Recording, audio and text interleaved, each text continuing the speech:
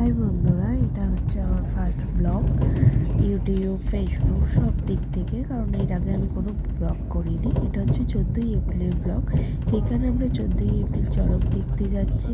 আর এই জায়গাটা হচ্ছে আমাদের সব থেকে কাছের, সব থেকে প্রিয় শহর চন্দননগর, যেটা তোমরা এলো জগদ্ধাত্রী পুজোর জন্য খুবই নাম করা, খুবই বিখ্যাত।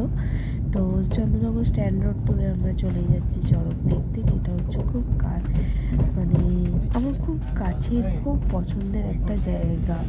তো আস্তে আস্তে আমরা আমাদের ডেস্টিনেশনে যাচ্ছি। এটা হচ্ছে জ্যোতির মোড়। এইখানে হচ্ছে দু চড়ক হয়। এই চড়ক আমি অনেক ছোটোবেলা থেকে দেখছি, কারণ এই চড়কটা দেখতে আমার খুব ভালো লাগে, তাই তোমাদের সঙ্গে শেয়ার করলাম। তো তোমরাও দেখো আমার সঙ্গেই। এখন ওনাকে বাঁধা হচ্ছে, তো তারপর উনি ঘুরবেন, নিচে যারা আছেন তারা ওনাদেরকে ঘোরাবেন। তো ওনারা ঘুরবেন।